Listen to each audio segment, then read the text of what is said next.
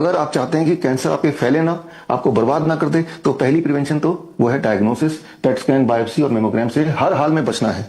क्यों बचना है, कैसे बचना है, एविडेंस तो यहाँ पे दिया है और थोड़ा सा हम समझने की कोशिश करते हैं। बायोप्सी जो कि बहुत ज्यादा प्रचलन में आ गया है, बायोप्सी होता क्या है कि आपके बॉडी में कोई मान लो सिटी स्कैन करते हैं और उससे पता चलता है, या अल्ट्रासाउंड करते हैं, देखो जी यहाँ पे तो एक ट्यूमर है, अब पता करना पड़ेगा कैंसर है कि नहीं है। तो पता करने का गोल्ड स्टैंडर्ड तो यही है कि बायोप्सी कर दो। बायोप्सी का मतलब होता है कि वो जो भी ट्यूमर है, जो भी जगह जहाँ पे ऐसा लग रहा है कि ये कैंसर तो नहीं है, तो वहां से एक टुकड़ा निकालना। टुकड़ा निकालने का मतलब है कि वो ट्यूमर को छेड़ देना, उसको चुभो देना, उसको खोल देना। और जो टुकड़ा निकालते हैं उसका एक स्लाइड बनाते हैं, वो स्लाइड कुछ इस प्रकार दिखता है जैसे आप देख रहे हैं। और ये स्लाइड कोई ना कोई पैथोलॉजिस्ट इसको देखता है, इसका डिजाइन को देखता है और देख के तय करता है कि ये स्लाइड दिखने में कैंसर की तरह लग रहा है या नॉर्मल सेल की तरह लग रहा है। ये उसके अपने सोच के अनुसार हो सकता है। तो इस बात को, क्या जो बायोप्सी में लिख दिया गया कि आपको कैंसर है, तो क्या वो वाकई में कैंसर है, क्या वो जो लिख दिया वो भगवान की वाणी है? इस पे एक अच्छा ऑब्जर्वेशन स्टडी हुआ। इसमें करीब 850 पैथोलॉजिस्ट ने पार्टिसिपेट किया और यही वाला स्लाइड को अलग अलग पैथोलॉजिस्ट को दे दिया गया, बिना जिनको आपस में कोई संबंध नहीं, और उनसे पूछा गया आप बताओ ये कैंसर सेल है कि नॉर्मल सेल है।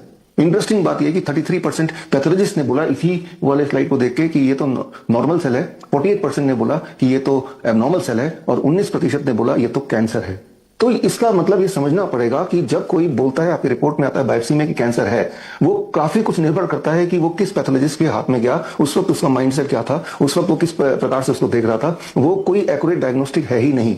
वो जितने पैथोलॉजिस्ट के पास जाएंगे वो उनके जो ओपिनियन है बदलते जाएंगे। तो आपने ये देखा होगा कि एक हेल्दी इंसान, जैसे उसके पास डायग्नोस्टिक रिपोर्ट आता है कि बायोप्सी में लिखा है कि आपको कार्सिनोमा है, वो कैंसर वर्ड पढ़ते ही उसकी आधी जान तभी निकल जाती है। वो लगता है कि उसे ऐसा लगता है उसका जीवन का अंत आ ही गया है अब तो। और उसके बिहेवियर भी कैंसर पेशेंट की तरह ही होने लगता है और उनके घर वालों का बिहेवियर भी उसी तरह से हो जाता है। अब आगे की जिंदगी वो एक पेशेंट की जिंदगी बिताने वाला है, सिर्फ इसलिए कि उसने अपने रिपोर्ट में कैंसर शब्द पढ़ लिया और उसने मान लिया जो ये लिखा है ये अल्टीमेट ट्रुथ है। जबकि इस ट्रुथ का जब इन्वेस्टिगेशन किया गया, इसके ऊपर जब रिसर्च किया गया, तो रिसर्च का मैं ये हवाला दे रहा हूँ, सारे एविडेंसेस मैं और भी देता रहूंगा आपको, और आपसे सवाल भी लूंगा अगर आपके सवाल हैं या कोई ऑब्जेक्शन है जो भी मैं बता रहा हूं उसमें। अगर कोई आपको डाउट है या आप एग्री नहीं करते तो आप मुझसे पूछेंगे।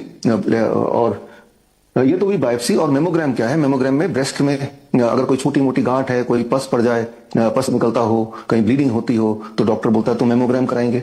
अब जब मेमोग्राम कराएंगे तो मेमोग्राम होता क्या है और क्यों नहीं कराना चाहिए, और मेमोग्राम से कैंसर हो जाता है, इस बात को समझने के लिए आपको थोड़ा सा 1 मिनट का पेशेंस रखना है। इसको समझने के लिए आप देखिए मेमोग्राम क्या है, इसको ऑन करना पड़ेगा। मेमोग्राम आप देखिए, ब्रेस्ट में 22 केजी के 2 प्लेट ऐसे दबाए जाते हैं। ये दबाते जब हैं तो it is very very painful, very very painful.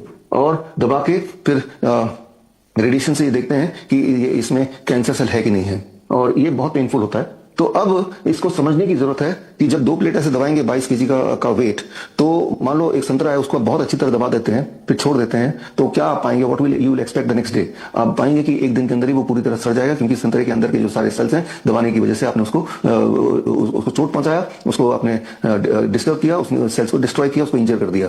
ठीक उसी प्रकार ब्रेस्ट के अंदर के सेल जब इंजर हो जाते हैं, वही इंजरियस सेल को गेट कन्वर्टेड इनटू कैंसर। ये जो बात बता रहा हूं मैं, ये कोई मेरी मनगढ़ंत इमेजिनेशन नहीं है, ये साइंटिफिकली ये प्रूवन चीजें हैं। तो इसीलिए मैं बोल रहा हूं कि कभी भी मेमोग्राम किसी को भी किसी भी हालत में नहीं करना चाहिए अगर कैंसर को प्रिवेंट करना है तो। जबकि आप देखेंगे डॉक्टर्स अक्सर रिकमेंड करते हैं कि 40 के बाद हर 6 महीने में एक बार मेमोग्राम कराओ। ऐसा मेमोग्राम कराएंगे तो जरूर 2-4 बार कराने के बाद कैंसर पेशेंट बन ही जाएंगे। हम तो हजारों ऐसे पेशेंट को देखते ही देखते हैं। तो मेमोग्राम से हर हाल में बचिए। Mammogram causes cancer rather than diagnosing a cancer. Very very clear. इसके और सबूत आगे आपको मिल जाएंगे, मैं देख दूंगा before I close my training. एक आखिरी बात कि पेट स्कैन से आपने देखा होगा पिछले 10-15 साल में कि स्टेज 3 कैंसर, स्टेज 4 कैंसर, याद कीजिए आज से 20 साल पहले स्टेजेस वगैरह नहीं हुआ करती थी कैंसर या नहीं कैंसर, लेकिन अब स्टेज की बात आती है। भाई साहब मैं तो 4 स्टेज कैंसर पेशेंट हूं। तो ये स्टेज कहां से आता है और ये साइंस को समझना पड़ेगा। आफ्टर ऑल आज वर्ल्ड कैंसर डे है, थोड़ा डिटेल में जाना पड़ेगा। तो देखिए, ये एक हाइपोथेसिस बना लिया गया है बिना किसी एविडेंस के ऑफ कोर्स, कि जो सेल बॉडी के ज्यादा चीनी या शुगर खाएंगे यानी कि ग्लूकोज, उन सेल को हम कैंसर सेल बोल दिया करेंगे।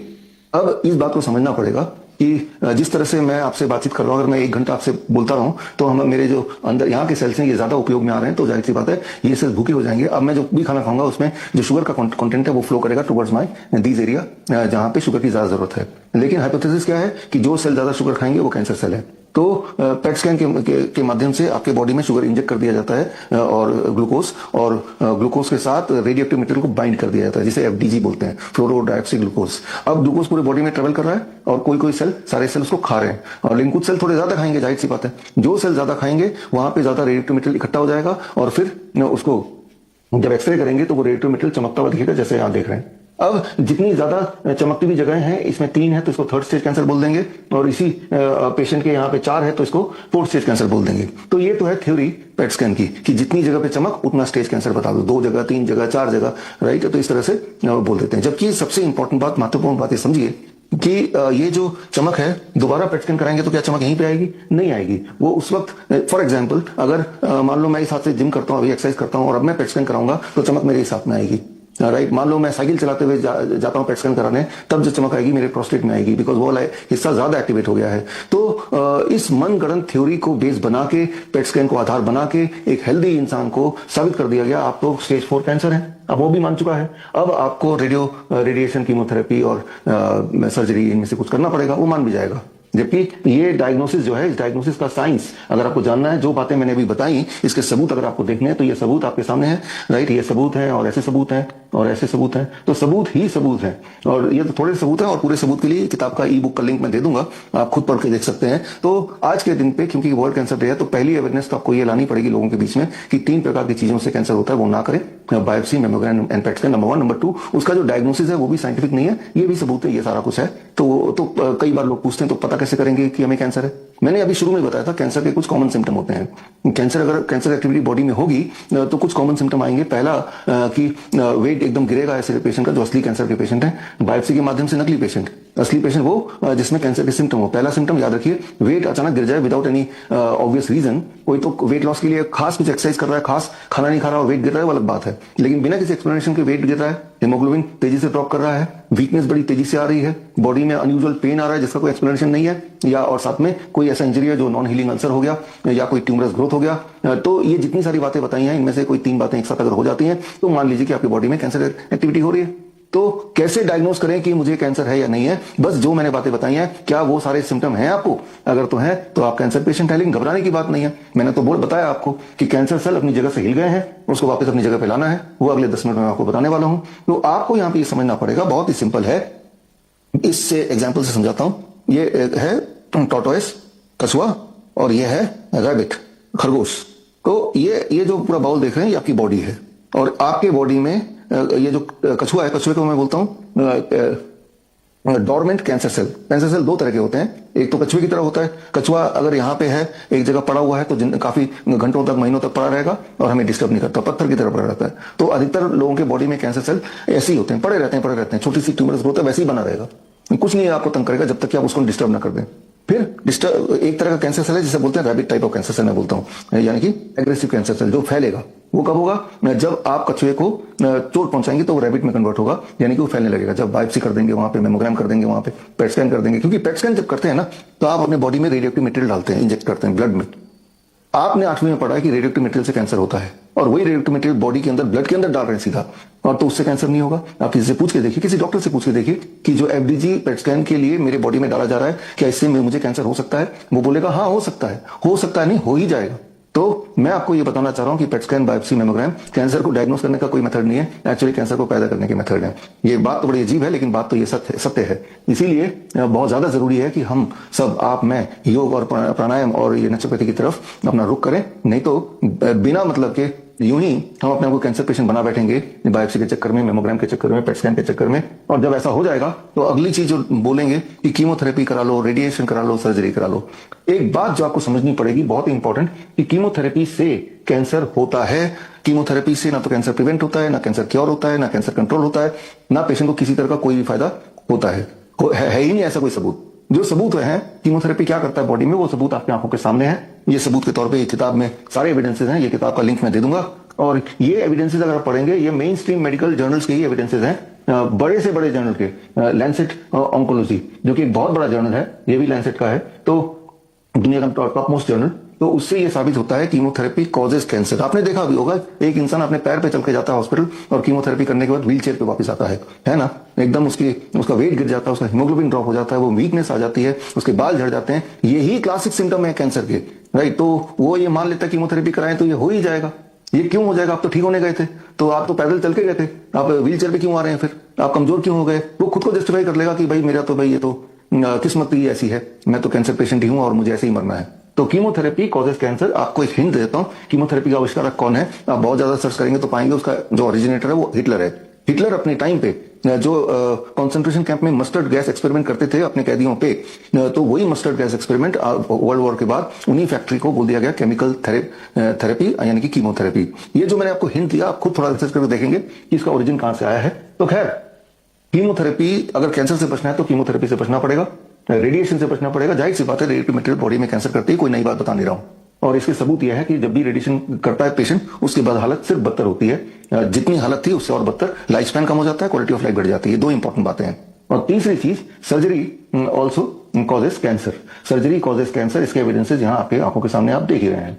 और एक जब ये बातें अब लोगों में प्रचलित हो गई, लोगों को पता चल गया है, तो अब इसको घुमा फिरा के एक नया टर्म दे दिया गया है, दैट इज इम्यूनोथेरेपी। लगता है कि कोई इम्यूनिटी को बूस्ट करने वाली कोई थेरेपी है, जबकि आपको हैरानी होगी, शॉकिंग लगेगा कि इम्यूनोथेरेपी जो धड़ल्ले से अभी हॉस्पिटल में चल रहा है, इसका कोई भी रैंडमाइज कंट्रोल ट्रायल अभी तक नहीं हुआ है। एक रैंडमाइज कंट्रोल ट्रायल जरूर चल रहा है, और उस ट्रायल 2024 में इस ट्रायल का एक हिस्सा आया था बीएमजे में और जामा में, journal of American medical association में, और उससे ये पता चला कि इम्यूनोथेरेपी करने से पेशेंट की हालत बद से बदतर हो जाती है। अभी तक का ये कंक्लूजन है। तो बोलने का मतलब है कि एक तरफ ये योग है, नेचुरोपैथी है, जो हजारों साल पुराने से ऑलरेडी सिद्ध है और हमारे मानव इतिहास में वो करते आ रहे हैं, उसको लोग छोड़ के एक ऐसा इम्यूनोथेरेपी नाम दे दिया जिसका अभी तक एक भी ट्रायल पूरा नहीं हुआ है, और जितना पार्ट पूरा हुआ है उसमें ऑलरेडी पता चल गया कि इससे हालत खराब हो रही है। इसको ही हर जगह प्रमोशन मिल रहा है। तो यहाँ पे जितने योग के टीचर्स हैं, जितने नेचुरोपैथी के शिक्षक हैं, उन सबको आगे आना चाहिए और ये सारी बातें बतानी चाहिए, ताकि इंसान का रुख हम योग की तरफ या नेचुरोपैथी की तरफ मोड़ पाए। और अब सवाल आता है कि भाई इम्यूनोथेरेपी ना कराएं, रेडिएशन ना कराएं, कीमोथेरेपी ना कराएं, तो कराएं क्या? हालत बद से बदतर करनी तो ये जरूर कराइए। इसके सबूत मैंने दे ही दिए हैं। इन सबूत पे किसी को बात करनी तो मैं ओपन हूं, आज भी और कभी भी। तो करना क्या है, ये इसके सबूत भी मैं दे रहा हूं। करना वही है जो अभी आपने शिषपाल जी से सुना, उसको थोड़ा साइंटिफिक एंगल देने की कोशिश करता हूं। आज से करीब 125 साल पहले 1899 की बात है।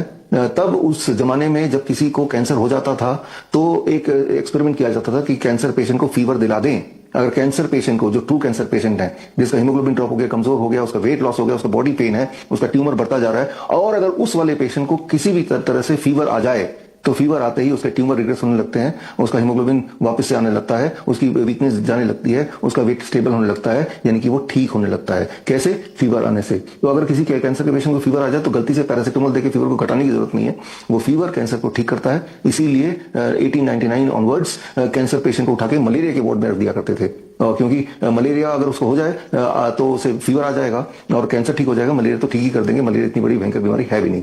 और जो मैंने बात बताई, इस पे नोबेल प्राइज मिला है 1927 में, राइट? नोबेल प्राइज मिला है spontaneous cancer regression fever therapy से। ये नोबेल प्राइज विनिंग साइंस है। ये तब भी ये सच था, आज भी ये सच है, और हम भी यही करते हैं। हमारे जो कैंसर पेशेंट है, ट्रू कैंसर पेशेंट, बायोप्सी को आधार नहीं बनाते, ना पेट स्कैन को, ना मेमोग्राम को। हमने आधार सिम्टम को बनाना है, और सिम्टम को आधार बना के जो हमारे हिसाब से अच्छा कमजोरी है तो कमजोरी को ठीक कर दो, वेट लॉस हो रहा है उसे ठीक कर दो, हीमोग्लोबिन ड्रॉप हो रहा है उसे ऊपर कर दो, पेन है पेन को हटा दो। अगर ये सारी चीज हट गई, अब इसका मतलब ये है, मेरे को इधर लाना पड़ेगा, कि ये जो कैंसर सेल्स हैं ये अपनी अपनी जगह में वापस आ चुके हैं, और वो ट्यूमर वो रिग्रेस हो चुका है। ये जो है कैंसर सेल बन गया था, ये दोबारा से हेल्दी हो गया है, और वो अपनी अपनी जगह पे वापस आ गए हैं।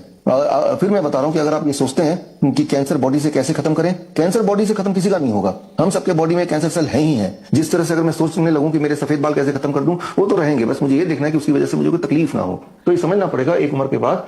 वैसे तो बचपन से ही हमारे बॉडी में हेल्दी सेल्स हैं भरपूर, और थोड़े से कैंसर सेल हैं, but they are like a tortoise, एक कछुए की तरह पड़े हैं, कहीं ना कहीं तंग नहीं करेंगे, उसे छेड़ेंगे कीमोथेरेपी के नाम पे, उसे छेड़ेंगे बायोप्सी के नाम पे। अब आप इनको ताकत दे रहे हैं, अब ये अपनी जगह से उठ के फुल फ्लेजेड कैंसर बन जाते हैं। यही आज का सत्य है। तो हम अपने पेशेंट को फीवर दिलवाते हैं, मलेरिया के वार्ड में रख के नहीं, फीवर दिलवाने के और कई सारे टेक्निक्स हैं। वो टेक्निक आपको मैं सिखाता हूं, फीवर कैसे दिलवाना है। ये याद रखिएगा, जब भी किसी को कमजोरी आ जाए तो उसे फीवर दिलवाना है। फीवर दिलवाने के लिए आप अगर यहां देख पा रहे हैं, एक बाल्टी लीजिए, बाल्टी लेके इसमें 42 डिग्री सेल्सियस पानी, 42 डिग्री सेल्सियस यानी कि खूब गर्म पानी, और दोनों पैर बाल्टी के अंदर, और ऐसा 30 मिनट तक रखना है।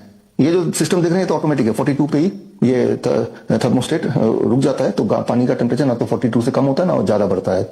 लेकिन आप जुगाड़ से भी कर सकते हैं, एक और बाल्टी रख सकते हैं 50 डिग्री टेम्परेचर का, ताकि हर 5 मिनट में 42 डिग्री से एक मग पानी निकाला और इधर से एक मग पानी डाला, ताकि टेम्परेचर मेंटेन हो। You do it for 30 minutes. ये जो एक हार्ट है प्राइमरी हार्ट, और ये जो काफ मसल इसे कहते हैं सेकेंडरी हार्ट।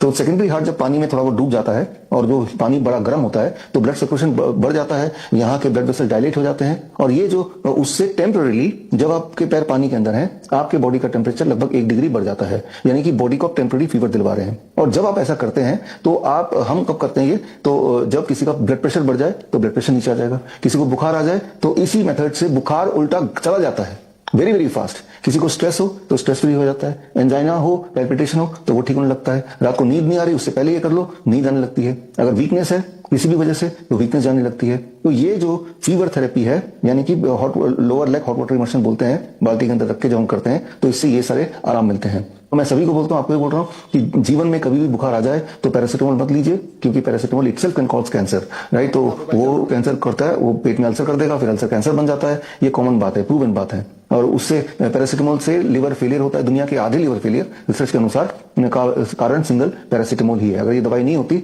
हमारे दुनिया में आधे लिवर फेलियर पेशेंट कम हो जाते। तो करना क्या है, फीवर आए तो यही कीजिए, lower leg hot water immersion. कितना टेम्परेचर में, 42 डिग्री सेल्सियस में। कितनी देर, आधे घंटे। कब, जब चाहे, सुबह शाम दिन रात जब चाहे। तो कैंसर के पेशेंट को भी हम यही कराते हैं और दिन में 2 बार, कभी कभी 3 बार। उससे उनका पेन कम होने लगता है, उनकी वीकनेस कम होने लगती है और उनके अंदर एनर्जी आ जाती है। और तो ये हो गया पहला स्टेप कि अगर किसी को सिम्टम है तो दिन में 2 बार 3 बार कराते हैं अपने हॉस्पिटल में हम। लेकिन मैं तो ये बोल रहा हूँ कि इसके लिए हॉस्पिटल आने की क्या जरूरत है, आप अपने अपने घर में जहां भी बैठे हैं वहां भी जुगाड़ से कर ही सकते हैं। तो दैट बिकम्स द स्टेप 1। इसके अलावा जो यहाँ पे जो बात बताई फीवर की, इसके एविडेंसेस अगर आपको देखना है, ये एविडेंस पे एविडेंस है कि कैसे फीवर थेरेपी से आप कैंसर कर सकते हैं। खूब सारे एविडेंस है, जितने चाहे वो देख लो। ये तो हो गया पहला स्टेप। दूसरा, जैसे शिशपाल जी ने जिक्र किया, डाइट का, अपने डाइट को बदलने की जरूरत है। याद रखिए, आप जब कुछ ऐसा खाते हैं जो नेचर से जुड़ा हुआ है, बिना उस प्रोसेसिंग के, तो वो भरपूर ऑक्सीजन से बॉडी को भर देता है, एक ऐसे न्यूट्रिशन से भरता है जिससे आपके बॉडी के जो कैंसर सेल्स थे वो अपने आप ही डोरमेंट होने लगते हैं दोबारा से। तो इसके लिए जो हम अपने पेशेंट्स पे करते हैं, we ask them to be on DIP diet. मुझे ऐसा लगता है कि आप में से बहुत लोगों को DIP डाइट पता होगा, लाखों करोड़ लोग तो ऑलरेडी फॉलो करते हैं। आप में से जिन लोगों को DIP डाइट पहले से ही पता है तो कमेंट में लिखिए, सारे कमेंट मैं पढ़ूंगा, राइट। तो दर्शकों के लिए एक खास मेरा मैसेज, आप इस दोनों चैनल के माध्यम से मेरे वीडियोस आप देख रहे होंगे, नए नए जो टेक्निक्स हैं वो आप सीख रहे होंगे। एक चीज़ करना भूल जाते होंगे कि वो ये है सब्सक्राइब करना। सब्सक्राइब कीजिए ताकि जो मेरे नए टेक्निक्स हैं, नए वीडियोस हैं, वो राइट टाइम पे आप तक पहुंचे, सबसे पहले पहुंचे। बड़ी से बड़ी बीमारी का आसान से आसान इलाज घर बैठे ही हो सकता है। अधिक जानकारी के लिए कांटेक्ट करें nearest doctor BRC clinic @ home.